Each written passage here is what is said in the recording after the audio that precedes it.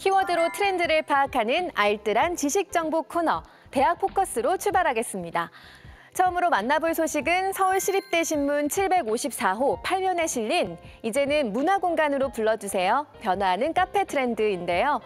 커피나 차를 마시며 이야기하는 공간이었던 카페가 복합적인 문화 공간으로 변화하고 있다는 내용입니다. 요즘 청년들에게 카페는 차를 마시는 곳이라기보다는 공부나 업무를 하는 공간으로 인식되고 있죠. 그러다 보니 카페에서 식사까지 해결하는 카페식 문화도 생겼다고 하는데요. 또 추리, 게임 같은 놀이를 즐길 수 있는 이색 체험 카페도 인기를 끌고 있습니다. 반면 커피 애호가들 사이에서는 커피를 즐기는 데 집중하는 공간으로 카페를 선택하고 있습니다. 매장에 전기 컨센트나 와이파이를 없애고 커피를 마시는 경험에만 집중한 카페가 등장하기도 했고요. 코로나19 이후로는 자신의 취향에 맞는 커피를 마시기 위한 홈카페도 하나의 트렌드로 자리 잡았다고 합니다. 다양해진 카페의 문화 트렌드를 알아본 오늘의 첫 번째 기사가 키워드 커피의 내용이었습니다. 네, 두 번째 기사는 동의대신문 537호 5면에 실린 클럽하우스에 오신 것을 환영합니다라는 기사입니다. 채팅창으로 대화를 하는 기존의 SNS와 달리 음성을 기반으로 한 쌍방향 SNS인 클럽하우스가 상당한 인기를 끌고 있습니다. 유명인이 깜짝 등장하면서 관심을 끌기도 했죠. 페이스북이나 인스타그램처럼 개방형 SNS가 아닌 폐쇄형 SNS라는 차별화 전략으로 인기몰이에 성공했습니다. 또 초대장을 받아야 가입이 가능하다는 점에서 희소성의 매력도 인기 요인 중 하나로 꼽히고 있죠. 포모, 즉 뒤처지는 것에 대한 두려움이 사람들을 끌어들이고 있다는 해석입니다. 클럽하우스의 최대의 장점은 자신과 다른 부류에 속하는 사람들과 대화를 실시간으로 나누거나 그들의 대화를 들을 수 있다는 점이 꼽히는데요. 요즘 취준생들 사이에서는 연봉 협상 방법이나 취업 정보 등을 공유하는 취업 창구로도 활용되고 있다고 합니다. 신드롬이라고 불릴 정도로 선풍적인 인기를 끌고 있는 클럽하우스를 계기로 오디오 콘텐츠에 대한 관심도 늘어나고 있다고 하는데요.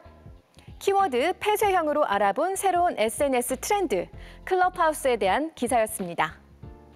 네, 다음 기사는 전북대신문 1522호 8면에 실린 일상과 가상의 경계를 허물다라는 기사입니다. 거짓말처럼 실제로 발전하고 있는 가상현실 기술에 대해서 짚어주고 있는 기사인데요. 코로나19로 바깥 활동이 제한되면서 VR이나 AR에 대한 관심과 이용률이 크게 증가했다는 점에서 가상현실 기술이 우리 생활에 성큼 다가오고 있다는 걸 체감할 수 있습니다. AI 아바타가 아이돌 멤버가 되기도 하고요. AI 인간이 마치 사람처럼 SNS 활동을 하는가 하면 음성 인식과 딥러닝을 통해 고인의 모습을 복원하는 것도 가능해졌다고 합니다.